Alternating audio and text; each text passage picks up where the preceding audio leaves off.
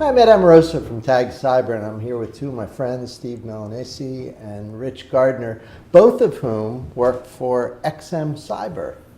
How you doing, guys? Good. You guys are veterans, though. You've been around a while, right? You guys have been doing. I shave all my gray hair, so knowing you guys a little bit.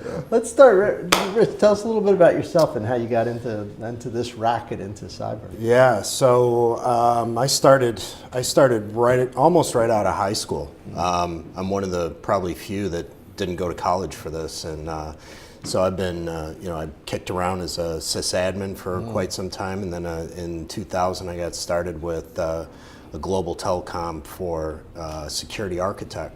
So 18 years later, here I am, still beating the bushes for cybersecurity and loving it. It's been a great run. But you've had a good perspective. I mean, that's been a pretty rich time to be doing cybersecurity. I mean, it's so much change. Yeah. Offense changing and defense schemes really being improved, I would say, over the last 15 years. Yeah, absolutely. And the footprint, I think, was probably the biggest part of it, right? So, you start out where, the internet was just really starting to come around around that time. So you had very distinct endpoints that you had to take a look at and protect, and specific assets. And then all of a sudden, Melissa popped up, Code Red, NIMDA, SQL Slammer. These were all things that back 18 years ago that, I fought within that telecom. And, those were hairy days too, where you weren't going home. You were there until the fire was out. Something. Yeah. That Melissa virus was written by a contractor who worked in my building. Oh, It wasn't me. But I know, like, whoa, that's emanates a little close to home, right? Yeah, there you go. Right in the building, so Right. go figure. Steve, what about yourself? You've been at this too, right? A very long time, and I only dye part of my grays, but yeah. So I actually started out in the technical side, doing field service way back in, and I'll say 1980. Wow, yeah. So it's been a while. Me right? too. Yeah. So we're worked my still way here, through. though, right? Yeah, absolutely. Worked my way through the technical ranks. Got into some tech support, and then I started getting into the design and so forth. And when the market evolved into client server. Now I'm dating myself right there, right? Because I was all SDLC, stringing out those modems. But starting to get into more advanced technologies, as the market evolved. Eventually, I got into a company called VCE back when convergence was just starting to pop. So I like that emerging market stuff and cutting edge. Cloud was just coming out back then, and I looked at that as a great market opportunity to get into it. Yeah. From there, you start looking at it and you say, what about the security of this environment, right? And that's when I started getting into the security side. Rich and I, have, kind of weaved back and forth throughout our careers, worked together in a couple of different companies, AT&T being one of them. Yep. And we've partnered up in a couple of different companies as well and done very well at it. So when we started looking at, next frontiers, I always used him as a consigliere in the security space, and I decided to jump into the security space. And so my prior two companies have been with startups, security startups. Yeah. It's been a great market, very interesting market for me especially, and XM Cyber is really exciting me. Now let's talk about XM Cyber. So my understanding is it's essentially a simulation kind of platform where you're simulating attacks. Steve, tell us a little bit, then I want to hear Rich, your Yeah, perspective. so you look at XM Cyber, it really kind of straddles that red and blue team, right? It's really a purple teaming platform that you can take advantage of to really leverage the different attack scenarios that we provide to enable you to run campaigns in different segments of your environment, trying to find what holes the security tools are not finding. And that's really what we do, is very, very laser focus on things that the security tools may not be looking for. How do you move about in a network, in an environment as an employee, right? Security tools aren't going to trigger that type of stuff.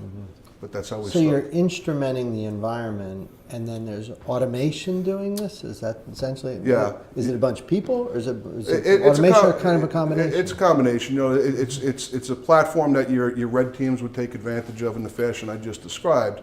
but then you run the campaign in an automated fashion. You can run multiple campaigns, you can run them by time of day, you can run them 24/7, right?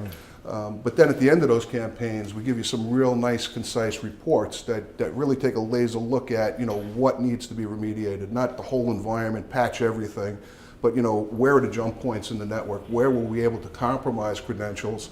And where were we able to leverage, exploits to move about within the network?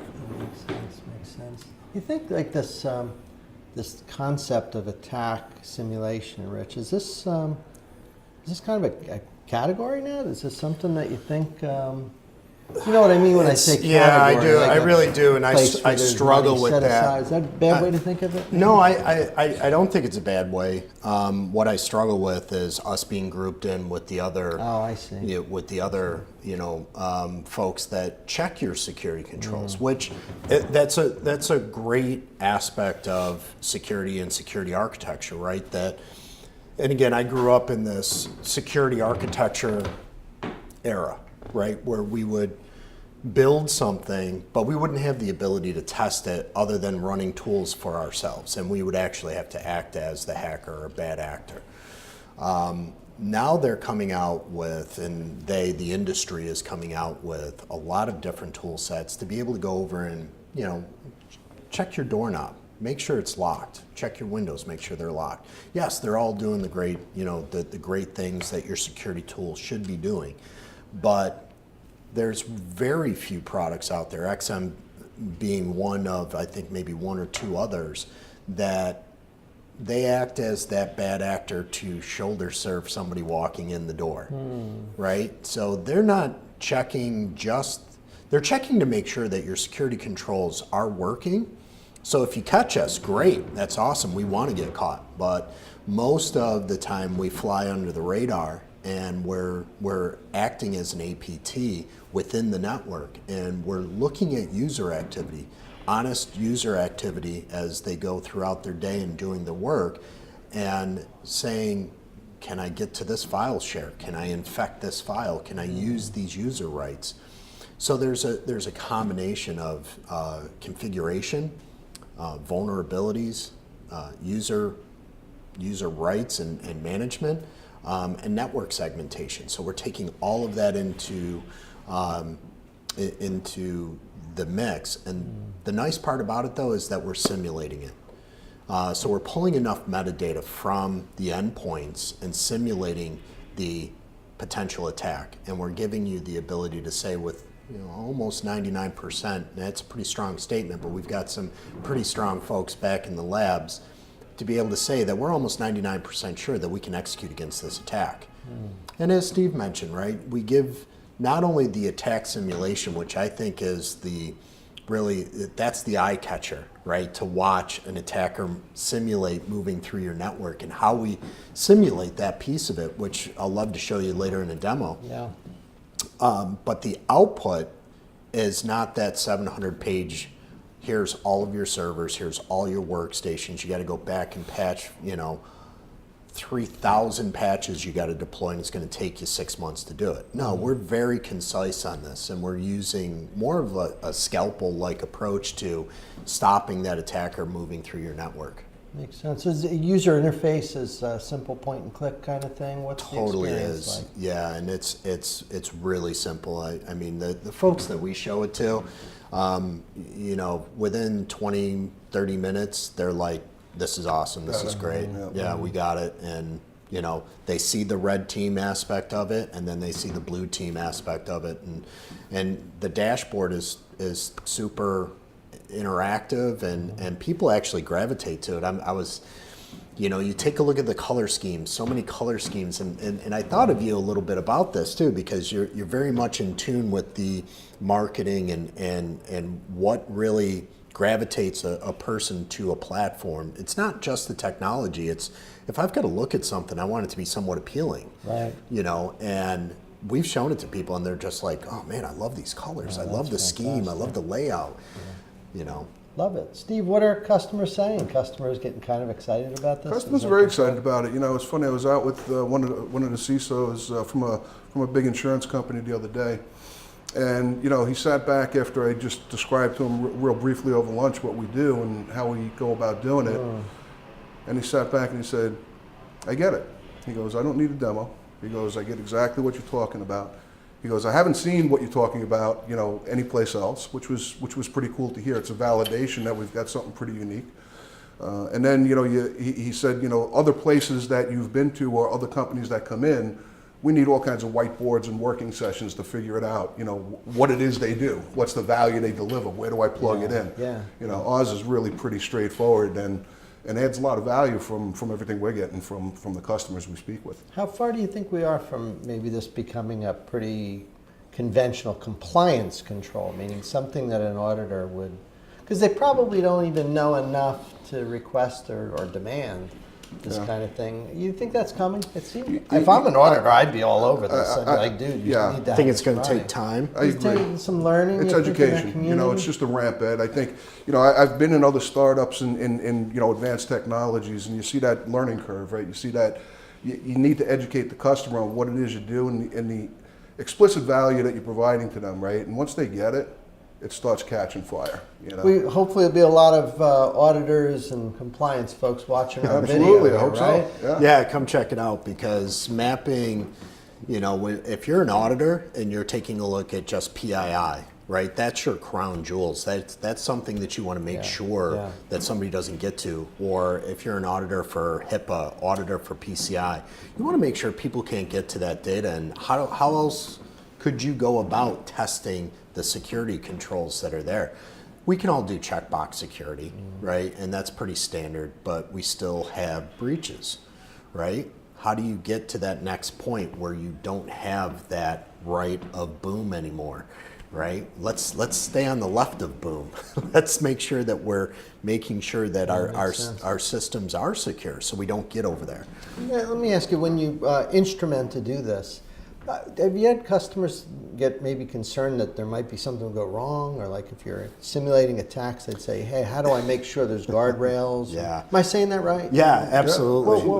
What confidence do you provide back that those guardrails would? Yeah. So the like way I'm not going to turn it on and all blaze breaks. Right. So because it is a simulation, right? Yeah. We're as I mentioned earlier, we're collecting enough metadata. Now there are certain things that we do from a kind of a breach perspective, but that's not harming to the endpoint around credentials, right? Because that's the first thing that an APT or a hacker wants to actually do is they want to elevate their privileges, so they go after local credentials, they go after domain credentials, they go after that next endpoint. So there are some things that we can harvest and we can take a look at to make recommendations around, and then the rest of the information, the harmful stuff, is totally simulated. And again, we're collecting enough information to be able to say, if I need 5 things in line, if I need the moon and the stars aligned for me to take advantage of, let's say, external blue, we pull all that data together and we simulate it and we tell you where to go to fix that. Yeah. Steve, if people wanted to find out about the product right now, website a good place to go? Yeah, if you go to www.xmcyber.com. There you go. Give it the plug. You got to remember to get that www in there. Right? Absolutely. Leave Nobody that knows out. that one, right? You got big problems. No, that's my good. old school thinking. No, I've spent some time you know. looking. I personally think this area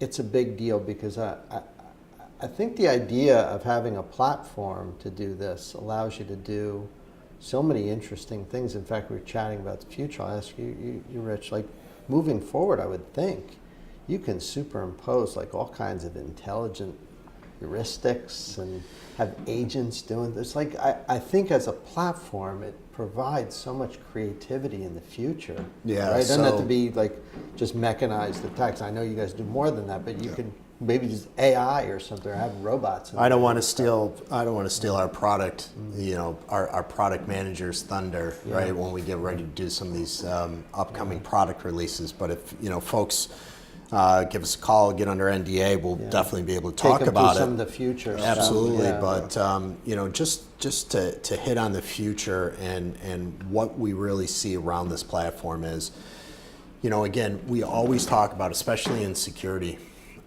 there's people, time, and money issues, right? This isn't a tool to take away the people issue, right? It's help them. It's there. It's part of their tool belt, right? If you have a red team, if you're paying for penetration testing, if you're in that area of making sure that your security controls are there, this is an awesome way for you to get a lot of the good stuff taken care of first, to have your intellectual property, your people, the ones that are most important to a pen test, most important to the red team, to be able to focus on the bigger issues, right? The bigger, more intellectual hacks, if you will. But then, you know, this is what helps organizations do it consistently, because we all know our organizations change. Just look at the cloud. You know, how many changes go on a day with CI/CD? This is one of the first tools that I've seen that actually found, you know, some vulnerabilities inside the CI/CD chain, which, you know, again, you get into that supply chain of CI/CD, game over. Yeah, that's You know, awesome. so- You guys having fun at XM? Sounds like you are. It's been a really good experience so far. You know, I mean, the management team, the leadership team is, you know, one of the reasons that we came here. You know, you look at that leadership team that's super strong on that offensive cyber side, and we're having a great time here. Yeah, absolutely. It's going to be fun to watch you guys grow, and I like what you're doing. I hope you keep doing it. Helps keep us all safe. Yeah. Great, Good so work, far, man. great response from everyone we've talked to. So I'm sure you'll be seeing a lot of us. Looking forward to it, man. Hey, thanks for coming Excellent. by the studio. Thank Appreciate you. talking Thank to you, Ed. both of you Appreciate guys. you having us. Yeah, you guys are awesome. Thanks, All right. man. Excellent. Thanks. And we will see you next time.